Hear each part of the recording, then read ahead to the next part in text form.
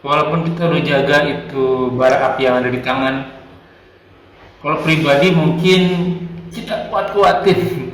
Tapi kalau misalnya di sekitar kita ini nih yang susah kita kasih masukan, yang harus berjuang gitu, harus ngotot lah gitu ya kan.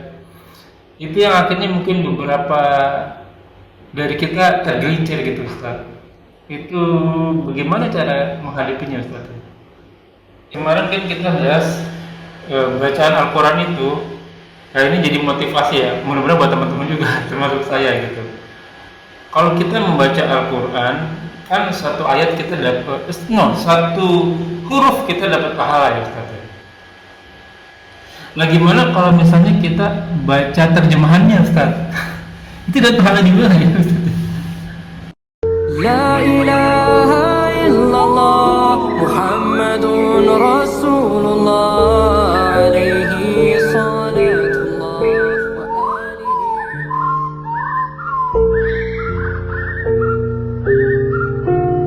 Assalamualaikum warahmatullahi wabarakatuh. Bismillahirrahmanirrahim. Walhamdulillah wassalatu wassalamu ala Rasulillah ala nabiyina Muhammadin wa ala alihi washabihi wa man wala ila yaumil qiyamah wa la quwwata illa billahil aliyyil azim.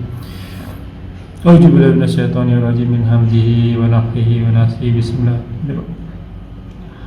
Ya ayyuhalladzina amanu taqullaha haqqa tuqatih wa la tamutunna illa wa antum muslimun. Ya ayyuhalladzina amanu taqullaha wa qulu qawlan sadida yuslih lakum a'malakum wa yaghfir lakum dhunubakum wa may yuti'illahi wa rasulahu faqad faza fawzan 'azima. Innal hamdalillah nahmaduhu wa nasta'inu wa nastaghfiruhu wa na'udzu billahi min shururi anfusina wa sayyiati a'malina. May yahdihillahu fala mudilla lahu wa may yudlil fala hadiya lahu. Asyhadu an la ilaha illallah wa asyhadu anna Muhammadan abduhu wa rasuluhu la nabiyya ba'dahu. Rabbi shrah li sadri wa yassir li amri wa hlul 'uqdatam min lisani yafqahu qawli. Alhamdulillah rabbil alamin, rabbis samawati wal ardh. Tuhan Allah kita semua, penguasa langit dan bumi beserta isinya, yang senantiasa memberikan kita nikmat iman, nikmat Islam, nikmat panjang umur, nikmat sehat walafiat, nikmat beribadah, nikmat thalibul ilmi, nikmat memiliki waktu-waktu yang potensial. Salah satunya kita masih diberi kesempatan untuk kita kajian kali ini. Salam tak lupa kita aturkan kepada junjungan kita Nabi Nina wa Rasulina Muhammad sallallahu alaihi wasallam beserta keluarga dan sahabatnya sekalian, juga umatnya hingga akhir zaman. Insyaallah kita termasuk di dalam. Ya binafillah jazakumullah wa yakum. Kita bertemu kembali di channel Milenium Mengaji bekerja sama dengan kajian hadis online yang konsentrasi di dalam fikih ibadah maupun tafsir Al-Quran.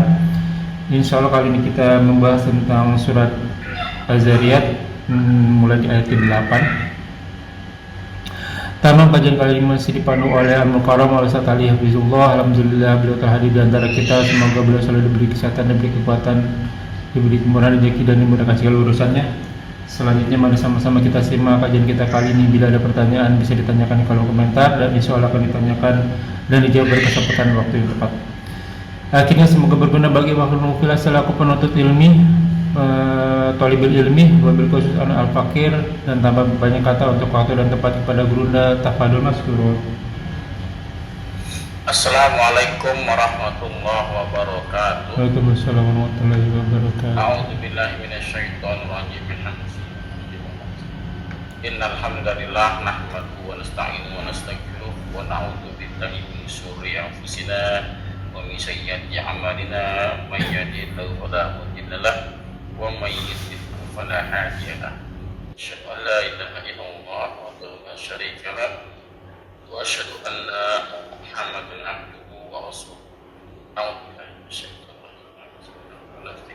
Ya ayyuhalladzina amanu taqullaha haqqa tuqatih wa la tamutunna illa wa antum muslimun. Khairukum man ta'allama al-Qur'an wa 'allamahu. Sebaik-baik kamu adalah yang belajar Al-Quran dan mengajarkannya. Silakan dibuka Bapak Ibu kitab suci Al-Qurannya, surat At-Takbir ya, surat At-Takbir, surat ke-81. Ya. Saya hadis ayat ke berapa? 8 ya. Nah, Kita ulang ya. Sampai 14 saya dibaca Pak. sudah takwir ya. Salah ngomong tadi. A'udzubillahi minasyaitonir rajim min hamzihi wa nafthihi wa nafthihi. Bismillahirrahmanirrahim. Wa idal mau'udatu su'ilat bi ayyi dambin qutilat wa idas suhufu nushirat wa idas samaa'u kushitat wa idal jahimu su'irat wa idal jannatu uslifat alimat nafsum ma ahdarat. Subhanakallahumma wa bihamdika asyhadu an la ilaha illa anta astaghfiruka wa atubu ilaik. Kita terjemah dulu ya. Nah, A'udzubillahi minasyaitonir rajim min hamzihi wa nafthihi. Wa idza dan apabila al-mau'udat itu dari akar katanya wa'ada itu yang ditanam. Ya. Kalau manusia yang ditanam tinggal tambah mim saja. Mau'udah.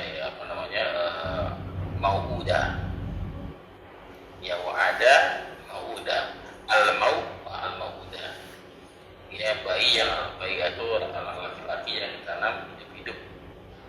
Kalau perempuan namanya tamaruto al-mau'udat. Jadi anak perempuan yang dikubur, dia ditanam hidup. Akar kata wa'ada. Ya. Apabila anak perempuan atau bayi perempuan dia yang dikubur hidup sukirat, dia telah ditanya fil madi majhul. Jadinya rafa marfu ya. Bi ayyi dambin kutilat, apa dosa apa kutilat dia telah dikubur. Apa dosanya? Wa idza suhuf, dan apabila suhuf lembaran ya nusirat telah dibuka ya, ya lembaran buku catatan amal kita. Wa idas sama, dan apabila langit as-sama langit ya kusitat, apa ya kusitat itu hilang. kambing itu dikulitin Pak, dibuka selek ya, buka langit itu dibuka selek, jadi lihat semua tuh apa yang di hati Pak, Hijabnya terbuka. Ya. Wa idal jahim, dan apabila al-jahim itu juga mengintai ya, neraka jahim, neraka jahanam ya, itu artinya mengintai ya. Apabila neraka jahim ya sukirat dinyalakan ya. Sudah nyala sih, dinyalakan lagi, dibesarkan.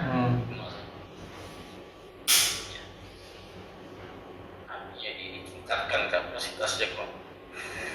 Wa idal jannatu uslifat, dan apabila al jannah surga uslifat telah didekatkan. Alimat telah mengetahui alamat mengetahui alimat ya, telah mengetahui alimat, dia telah mengetahui an-nafsu, jiwa-jiwa ma'ahdarat, apa saja yang telah dihadirkan, yang telah dikerjakan. Itu cara terjemah perkataan. Lalu kaitannya apa dengan ayat sebelumnya? Ayat sebelumnya kan berbicara tentang suasana kondisi pada saat hari kiamat, hari kehancuran, ya semua kacau, berantakan semua. Ya minyak langitnya, termasuk manusia juga pada kacau pikirannya, sampai dia meninggalkan harta yang paling berharga, ditinggalkan adalah kacau kali. Nggak kepikiran dah untuk menyelamatkan harta. Yang dipikiran adalah bagaimana bisa menyelamatkan diri. Ya, suasana yang digambarkan begitu dahsyatnya. Agar apa? Agar kita persiapkan diri menghadapi ya semoga kita tidak menghadapi sana ya, tidak menemui hari kiamat, gitu kan? Karena hanya orang kafir saja yang menemui hari kiamat. Nah kaitannya Pak sekarang gitu ya, apa kondisi sekarang diceritakan tuh. Kondisi setelah hari kiamat itu terjadi, sangkala kedua ditiupkan, hari berbangkit, jiwa-jiwa ruh kan pada masuk ke jiwanya masing-masing, ke dirinya masing-masing. Yang dikubur di mana, yang kemudian mati karena tenggelam, terbakar di pesawat, itu kan mati karena COVID. Pada saat di hari kebangkitan dan para ruh itu masing-masing ke tempatnya masing-masing, ya tidak salah sasaran, tidak salah tempat. Masuknya ruhnya antum masuk ke antum, ke jiwa antum, gitu ke jasad antum, kamu sudah saya mungkin masing-masing.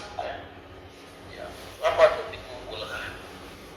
Setelah dikumpulkan, nah mulai persidangan ini ada ayat ini kita bahas tentang persidangan peristiwa setelah kejadian itu. A'udzu billahi minasyaitonir rajim min hamzihi wa nafthihi wa nafthihi wa idal mau'udatu su'ilat, dan apabila anak perempuan yang kubur hidup-hidup dia telah ditanya tentang apa? Pasalnya bi ayyidan bin kutilat, dosa apa penyebab kamu telah dibunuh. Yang pertama ditanya siapa yang membunuh, yang kedua ditanya sebab apa dibunuhnya. Ya sebab dibunuhnya. Sebelum ke sana, kenapa sih orang-orang Arab jahiliyah itu kok tidak suka dengan kelahiran bayi perempuan? Karena menurut mereka, tradisi mereka, adat mereka melahirkan anak perempuan adalah suatu kehinaan, suatu aib yang harus ditutupi. Ya bahkan dalam surat 16 surat An-Nahl ya ayat 58 59 ya. Sekarang dibuka dari surat 16 ayatnya 58 59. Ya. 58 ketemu 16 Ustaz. ayat surat 16 ayat 58 59. A'udzu billahi minasyaitonir rajim min hamzihi wa nafthihi wa idza busira ahaduhum bil uns. Ya, zolla wajhuhu muswadan wa huwa kadhib. Dan apabila salah seorang di antara mereka diberi kabar berita tentang kelahiran anak perempuan mereka, wajah mereka hitam. Kenapa? Marah. Karena malu. Karena malu. Lalu di ayat berikutnya ayat 59-nya diterangkan diterangkan. Ya dia bersembunyi karena apa? Karena malu tadi dia nggak mau ada orang-orang yang tahu ini anak siapa. Ya dia bersembunyi dari orang banyak karena kabar buruk yang telah diterimanya. Ya yang diterimanya karena apa? Mendapatkan kabar tentang kelahiran anaknya yang berjenis kelamin perempuan. Apa dia bingung? Apakah dia akan memeliharanya atau dengan mengenang otomatis kalau saya pelihara dia anak menang kehinaan, atau akan membenamkannya, menyuburkannya dalam keadaan hidup. Ya, lalu inilah dia kadang-kadang akhirnya mereka banyak memutuskan untuk membenamkannya, menguburkan dalam kondisi hidup, dibunuh, ditanam, dikubur hidup.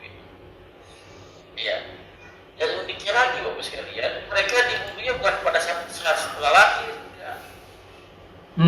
Karena zaman sekarang kan dibunuhnya karena aborsi kan, masih dalam kandungan. Ya kalau zaman sekarang pada saat aborsi, zaman sekarang ya dikuburkannya karena apa? Karena malu. Sama-sama karena malu. Bedanya apa? Karena anaknya hasil zina. Ada alasan mereka malu. Nanti zaman jahiliyah itu anak sendiri, anak kandung Bapak Ibu sekalian.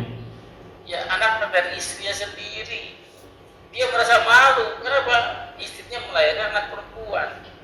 Tapi zaman dulu lebih sadis ternyata, anak sendiri, anak kandung sendiri dibunuh hidup-hidup, dikubur hidup-hidup. Kalau anak Cina sih masih walaupun tidak bisa dibenarkan, tapi masih ada alasan lah gitu ya, anak Cina gitu kan. Padahal anak pas suci yang disalahkan kedua orang tuanya.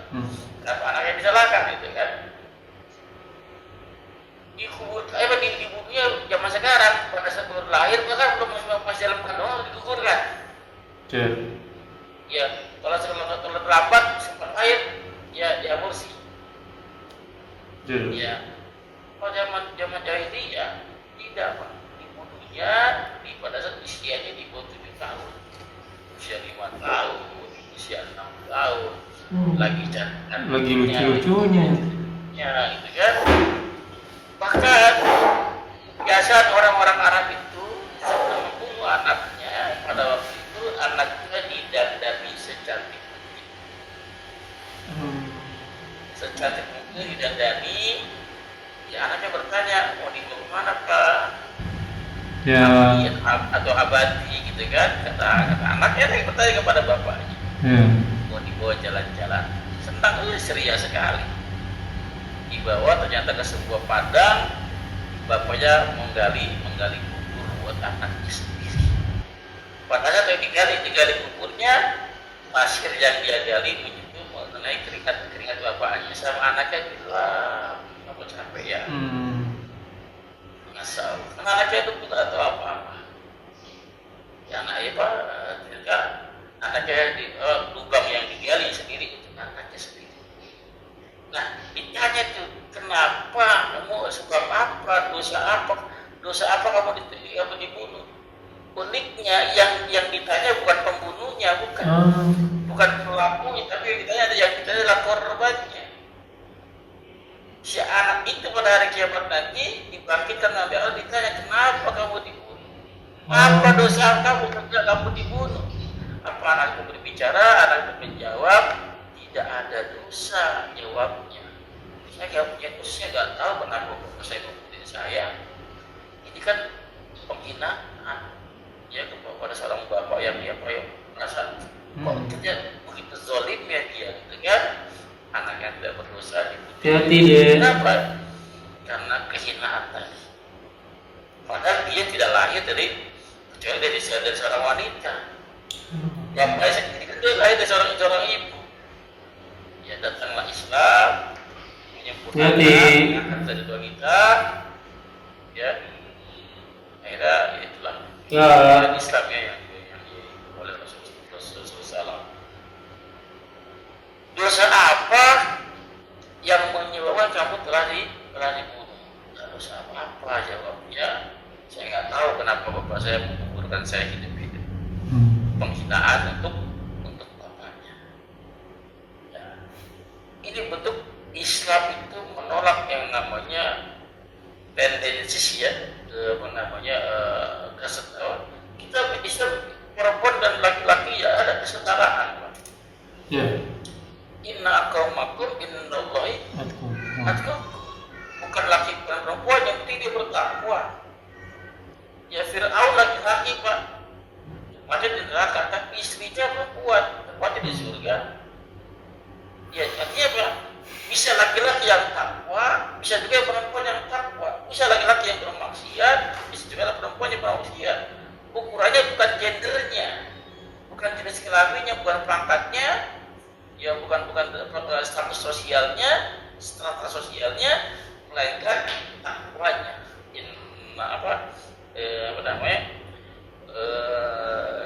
Inna akramakum indallahi atqakum.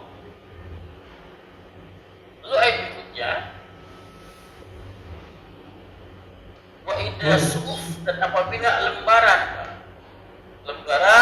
buku catatan nusirat dibacakan, dibuka di dalam ayat yang lain disebutkan bahwa ada yang diterima buku catatan amalnya, ada yang menerima dengan tangan kanannya, ada yang menerima dengan tangan kirinya.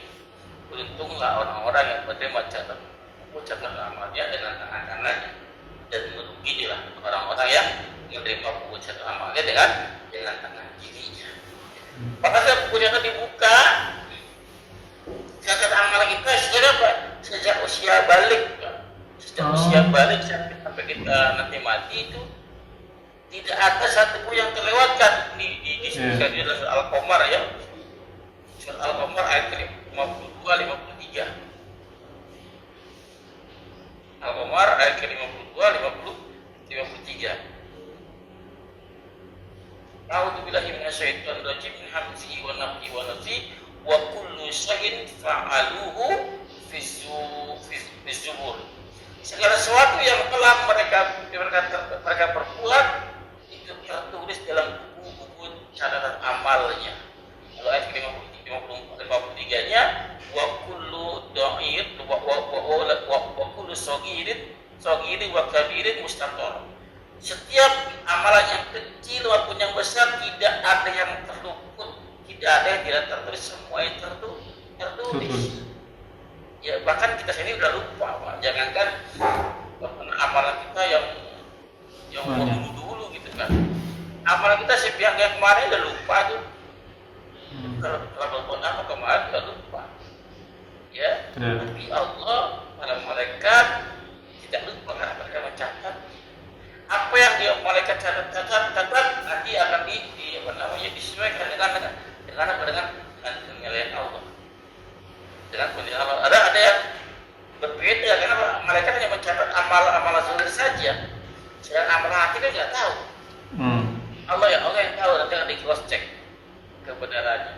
Intinya apa? Di sisi makernya Allah Subhanahu Wa Taala yang memutuskan apakah dia penghuni surga atau penghuni neraka. Ya. Jadi apabila catatan amal dibuka, dibacakan, beruntung yang dapat dengan tangannya menerimanya, maka merugilah yang menerima dengan kirinya. Kenapa dia dengan tangan kanannya? Karena kebaikannya banyak yang diperbuat. Nah, kirinya saya dapat keburukan yang telah diperbuatnya. Wa idas sama, dan apabila langit kusitot disingkap, dibuka, seperti kita memuliti kambingnya. Pada saat langit dibuka, telah nampak tuh ternyata masih ada langit lagi, masih ada langit lagi, masih ada langit lagi, masih ada aras ya Allah. Apa namanya baru tercengang, ternyata dunia yang kita tempati itu kecil sekali, gak ada apa-apanya. Tapi anehnya udah bumi yang paling kecil dibanding matahari, gak ada apa-apanya gitu kan. Kok ada manusia, sosok manusia yang begitu sombongnya. Padahal ya kecil sekali, kecil butiran debu ya, sepersekiannya mungkin. Tapi kok sombong gitu kan. Ya kok sombong. Apabila dibuka langit, nampak sama kebesaran Allah, kekuasaan Allah, baru kelihatan kecilnya gitu. Sekarang udah kelihatan, kenapa mungkin ya karena merasa hidupnya masih jauh, masih lama mungkin. Nanti pada satu saat Allah kebukaan semua keluar. Kebukaannya rata-rata orang-orang kafir, orang-orang yang bermaksiat, yang berdosa, pada saat ditarik pada saat ajalnya, kemudian matanya melontot. Kenapa dia berusaha mempertahankan ruhnya supaya nggak keluar pada saat ditarik oleh malaikat? Nggak mau melepaskan ruhnya, ditarik sangat kuat oleh malaikat sehingga dia berbelalak matanya. Maka dengan kata-kata, keluarlah ruh yang busuk, yang fokus, yang kotor, keluar. Karena pada saat keluar ruhnya itu dia menimbulkan aroma yang menyengat, bau sekali. Ya. Lalu wa idal jahim, apabila neraka jahim mengintai, ya sekirat dinyalakan, maksudnya buat nyalakan, mungkin dinyalakan sejak sekarang.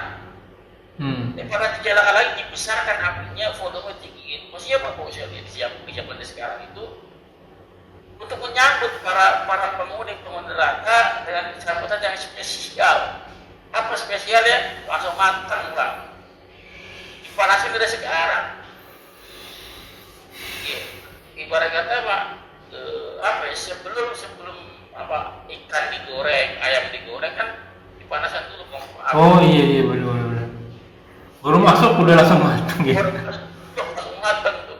Bukan matang gosong gitu kan, sampai ke tulang-tulangnya. Presto gitu kan. Dipanasan itu untuk menyambut para penghuni neraka yang menantang pada saat dirinya kapan sih waktu itu terjadi, kapan waktu itu akan ada. Yang menantang dikunci pada waktu itu api udah sangat panas. Nggak dinyalakan, kenapa nggak dinyalakan itu panas? Juga dinyalakan berlipat-lipat ganda. Dalam surat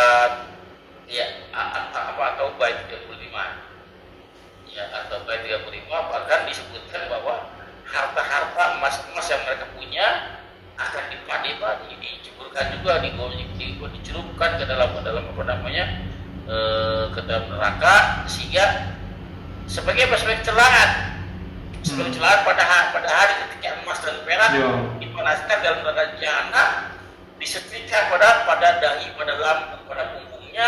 Mereka berkata, inilah harta kalian yang kalian bangga-banggakan, yang tidak kamu infakkan, tidak kamu sedekahkan, tidak kamu zakatkan. Ini hartanya sebagai penghinaan, yang tadi dibangga-banggakan, sekarang hartanya itu berubah membakar dirinya. Kan emas itu kan kalau dibakar kan meleleh, Pak ya. Jadi siramkan kepada dahinya, kepada lambungnya, hancur berantakan. Ya, emas yang dibangga-banggakan, yang dikejar-kejar, yang diupayakan, bahkan rela menggadaikan apa saja termasuk agamanya, termasuk imannya, harta yang kini berbalik menghancurkan dirinya. Ya, pada hari itu. Wa idza jahid suyat amin didekatkan.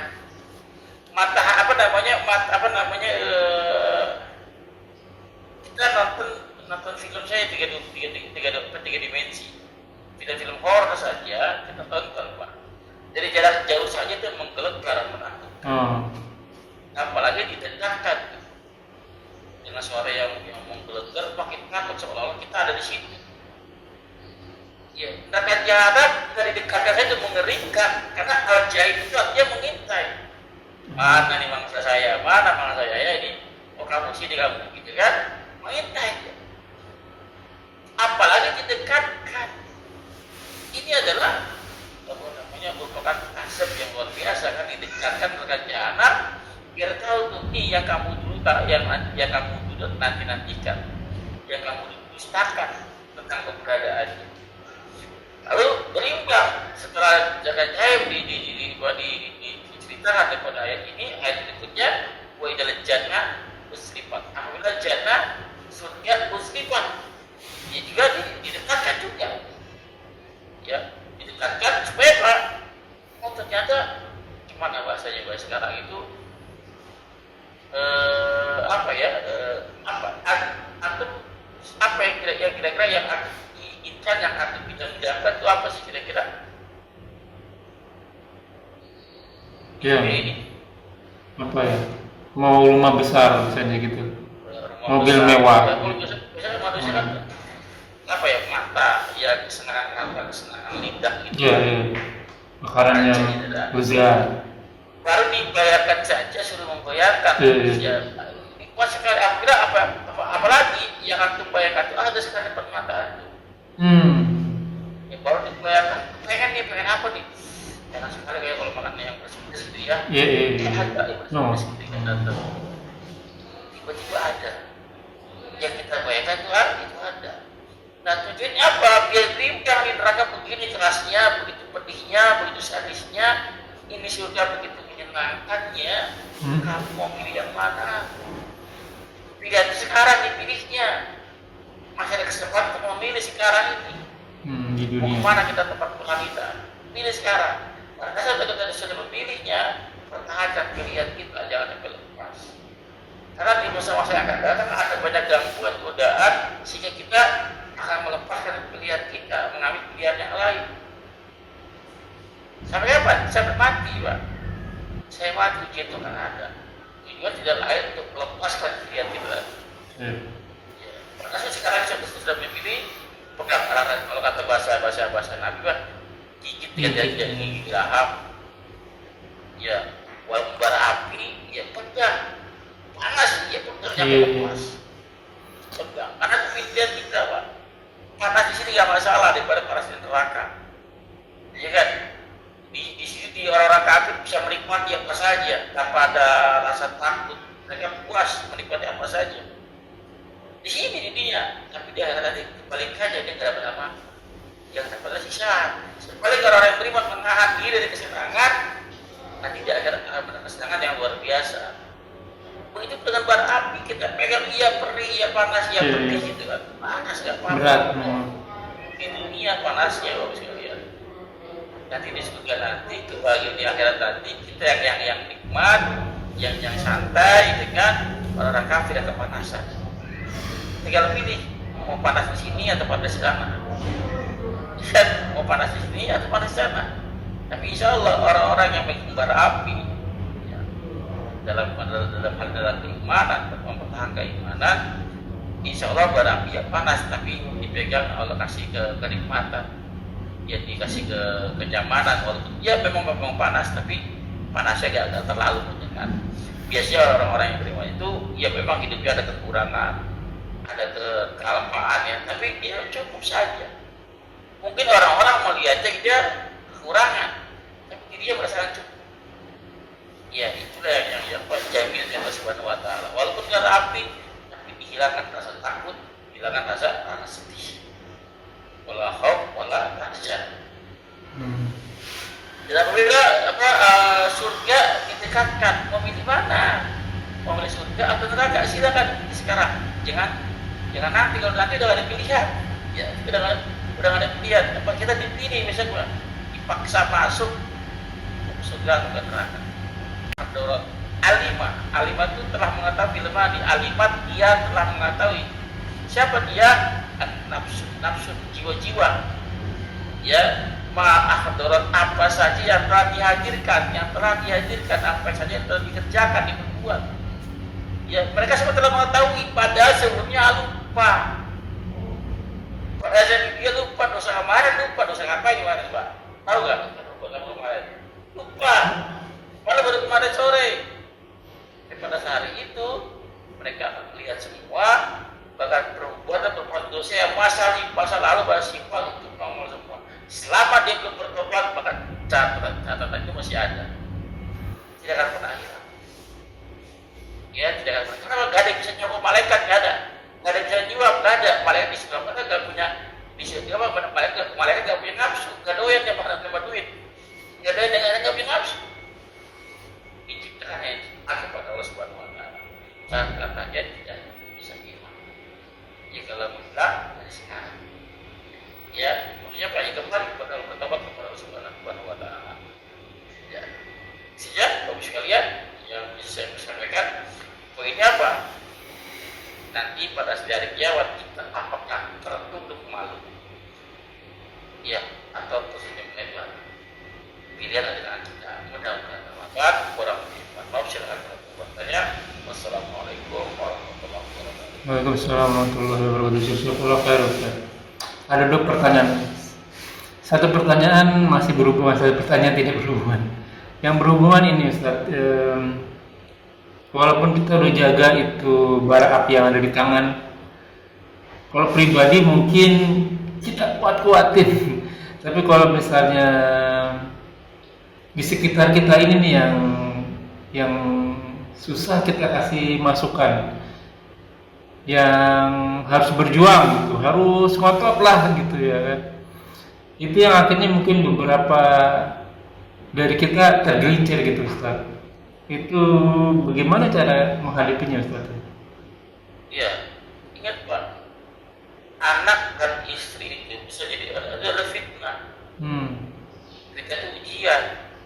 Banyak mereka pasangan-pasangan kita, anak-anak kita malah jadi musuh. Banyak ayat menjelaskan itu kan.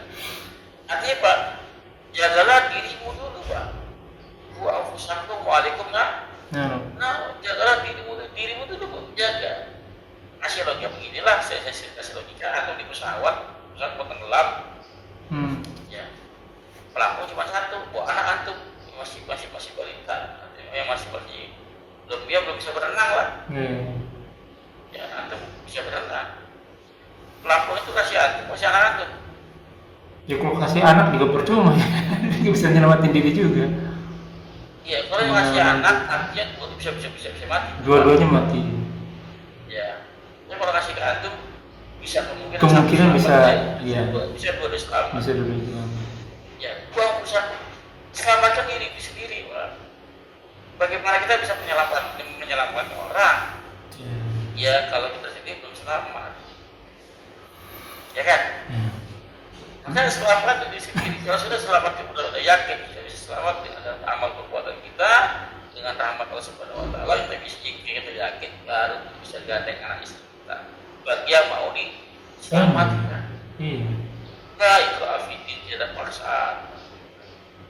Saya sama anak saya bilang, sama istri saya bilang, inilah jalan ke surga, jalan menuju ridha Allah. Yuk kalau mau ikut bareng-bareng sama saya, kalau mau ikut bareng-bareng sama saya, jalannya jangan sampai beda jalan ya. Tapi nggak bisa maksa. Iya. Silakan kalau punya jalan yang lain. Ya, saya berharap kita bareng-bareng ke sana. Mulai dari bareng-bareng, berakhir bareng-bareng. Ya, tapi kembali kepada mereka. Mungkin anak-anak kita masih pada kecil masih bisa dengan kita. Ya, pada saat yang sudah balik, sudah dewasa ketemu dengan teman-temannya, pergaulannya, berbeda mindset. Kan?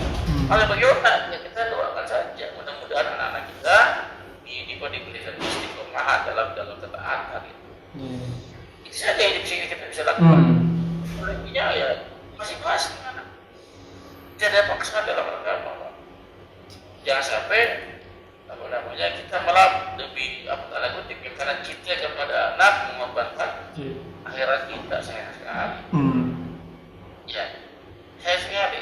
Jadi anak kali aja ya pemahaman tentang Quran Sunnah, pemahaman tentang yang benar ya pada yang terdigaskan oleh Nabi para salafus saleh, gitu kan? Masih tahu. Ini loh garisnya. Jangan sampai beda garis, jangan sampai beda jalan. Aja Pak, saya nasihat anak saya kemana, insya Allah mudah-mudahan kita tahu, mudah-mudahan ketemu lagi. Kalau itu tidak sendiri, jangan sampai kepada anak kita ke sana, pasangan kita ke sana, ada adik kita. Ya jangan sampai itu. Jadi Pak, kalau kamu nggak mau diajak ke surga, silakan saja maksa. Yang mau diajak, yang mau saja. Kisah Nabi itu sama Kan'an, situasinya dengan dalam teringat kita kan. Apa kata Nabi itu? Kata anak yang tenggelam di lautan, ya air bah itu kan. Apa kata Nabi Musa? Ya Allah itu anakku. Ya apa kata Allah Subhanahu Wa Taala? Dia itu bukan anakmu, udahlah. Emang Allah nggak tahu itu ya? Oh itu anakmu ya. Yang dimaksud dia buat anak, iya secara isi anakmu. Tapi secara akidah, secara tauhid dia bukan anakmu. Ikatan akidah itu lebih kuat daripada ikatan darah, ikatan asap. Ya kalau dia buat anak ya dimaksudkan anak, bukan anak akidah, bukan anak tauhid, bukan anak ya satu manhaj gitu ya. Jadi dia ya anak biologis. Ya kan? Maka kita nggak bisa jamin, Pak. Kita hanya bisa berdoa, kita istighfar, pasangan kita, anak kita, mudah-mudahan kita berada pada jalan tujuan yang sama. Jadi berbagai cara ya Ustaz ya. Caranya agak keras, tadi lembutin, ya kayak layangan berarti tarik keluar karena kita pengen mau sama-sama ke surga gitu. Berbagai cara buat yang tak lupa juga jangan sampai lepas doa nih biar kita bareng. Tapi akhirnya memang masing-masing ya. Kita kan berusaha ya. Oke, nah. Doa itu luar biasa sekali ya. Berarti lagi-lagi kan kalau punya kehendak. Ya sampai kita cinta kita kepada anak ya melebihi cinta kita kepada Allah Subhanahu Wa Taala. Suratnya surat 9 ayat 24 tuh Pak. Surat ke-9 ayat 24. Katakanlah jika bapak ya anak-anak istri-istri surat 9 ayat 24. Coba dibaca. Katakanlah terjemahnya apa? Kul in kana aba'uhum, sesungguhnya Allah telah menolong kamu.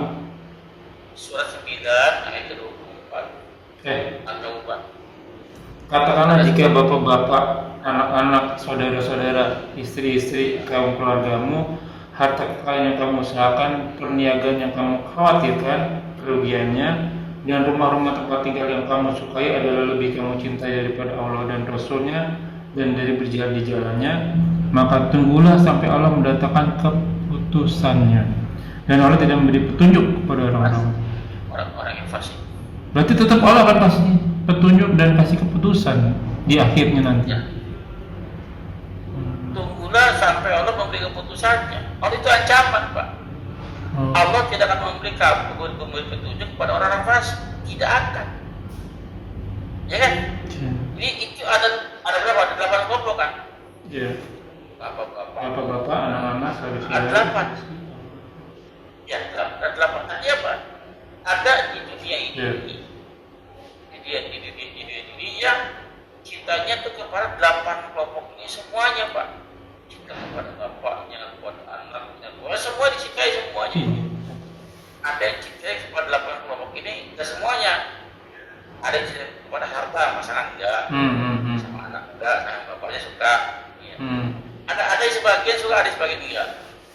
Kata Allah, Pak, mau kamu cinta sebagian kayak yang cinta seluruhnya kayak yang 8 kelompok ini melebihi cinta kepada Allah dan Rasulnya dan berjihad di jalan Allah.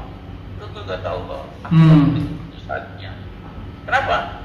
Kenapa kau memilih 8 ini daripada aku dan Rasulnya dan Rasulku dan berjihad di jalan kata Allah? Kenapa? Ya, sekarang aku diam-diam, aku biarkan itu kan. Nah sekarang keputusannya. Orang-orang yang seperti itu yang mengedepankan 8 kelompok ini daripada Allah dan Rasulnya dan jihad jalan Allah, mereka itu orang fasik sesungguhnya. Orang fasik yang tidak akan diberi petunjuk kepada Allah. Nah pertanyaan kita, sudah seperti itu bukan belum? Jangan-jangan kita ada di 8 kelompok itu yang kita dahulukan daripada Allah dan Rasulnya dan berjihad di jalan Allah. Sampai kadang ini Ustaz, kalau misalnya berbeda pendapat begitu ya, karena ya hampir semua orang mungkin ya, kita akan menjaga di masa muda sebisa mungkin menjaga jangan sampai tergelincir gitu ya kan. Sampai salah satunya saya nggak mau kerja di tempat riba gitu, jadinya anak saya juga nggak mau ke tempat riba, dan ternyata pilihan saya ternyata beda sama orang yang di tempat riba, misalnya wah dia sukses gitu ya kan, saya nggak sukses tapi kan saya di track yang Allah yang suka. Nah nanti ada omongan, udahlah sekarang anak-anak terserah nanti kalau mau kerja di tempat riba juga nggak apa-apa.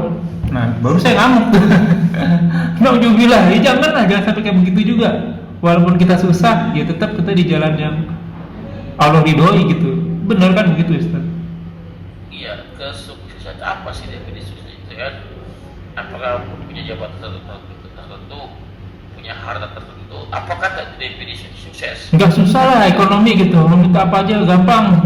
Kalau kita kan mikir dulu, tak dulu ya, mikir dulu. Wah tahu begitu udah ambil aja yang di sana gitu. Ya lu nauzubillah. Itu definisi sukses yang ditebarkan oleh orang kafir, Pak. Mindsetnya ditebarkan lewat media-media mereka, lewat iklan-iklan mereka, sehingga orang-orang Islam mengikuti itu pola itu. Dan sedikit banyak sekali food fashion, apalagi food fashion, fun, ya F kan, food fashion, fun, apalagi ada 3G, God, glory, gospel. Ya kan, itu kan tiga iklan-iklan mereka. Yang isinya apa? Orang-orang yang dianggap sukses itu adalah orang-orang yang mapan hidupnya.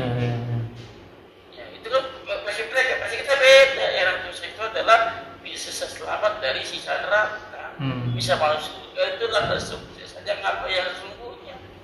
Kalau kesuksesan di dunia apa semua bohongan. Dunia itu kan permainan, sedang gurau, ya kan, candaan. Gak usah terlalu serius di dunia, Pak. Kalau mau serius beramal soleh. Iya.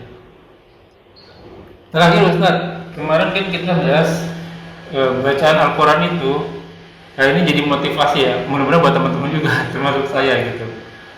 Kalau kita membaca Al-Quran, kan satu ayat kita dapat, satu huruf kita dapat pahala ya Ustaz. Nah gimana kalau misalnya kita baca terjemahannya Ustaz? Itu dapat pahala juga ya Ustaz? Ini diberi dulu cara berpikiran seperti ini ya. Ini satu huruf satu dapat pahala gitu. Satu huruf 10 kebaikan. Ya, alif lam itu bukan satu huruf. Tapi 3 huruf. Alif harfun, lam harfun, Mim harfun. Alif satu huruf, lam satu huruf, mim satu huruf, bertiga kebaikan. Gimana kalau bisa satu surah kita baca ada berapa kebaikan tuh?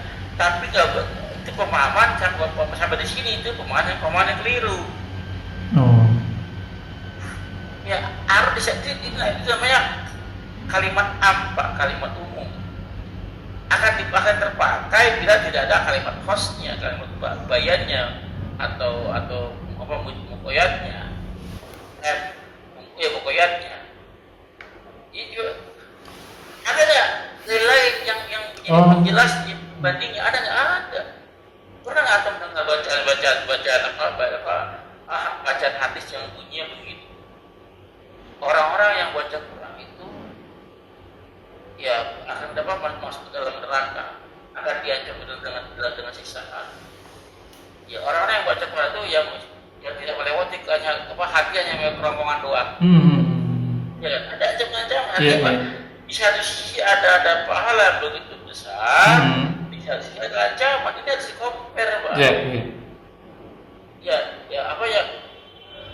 Kamu akan dapat pahala, akan dapat reward bonus yang sangat besar bila mana tidak ada kesalahan-kesalahan yang kamu kerjakan, kan gitu kan? Kalau kamu usaha bekerjanya baik, nggak pernah absen, lembur ikut, maka kamu akan dapat reward dari perusahaan.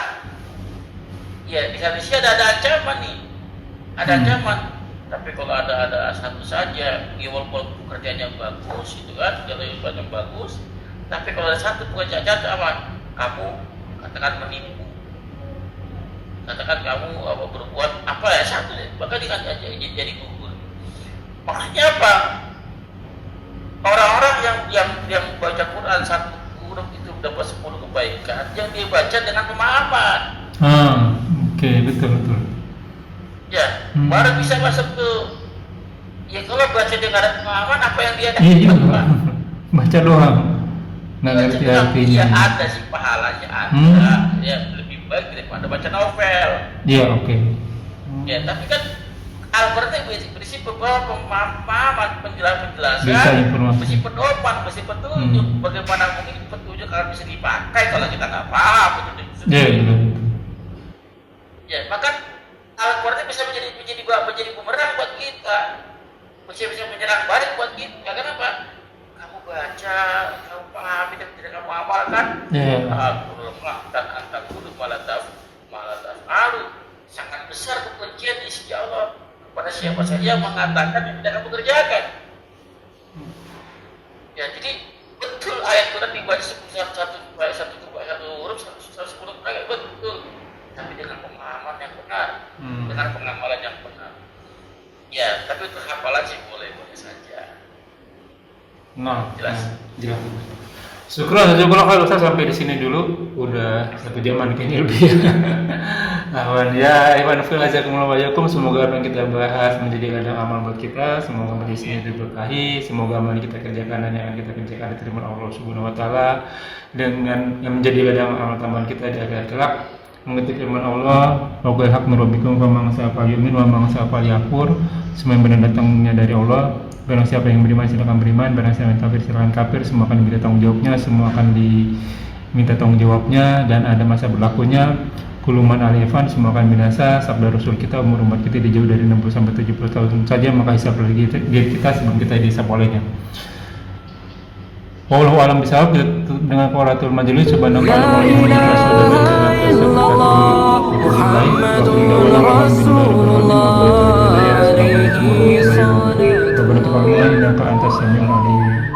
Syukur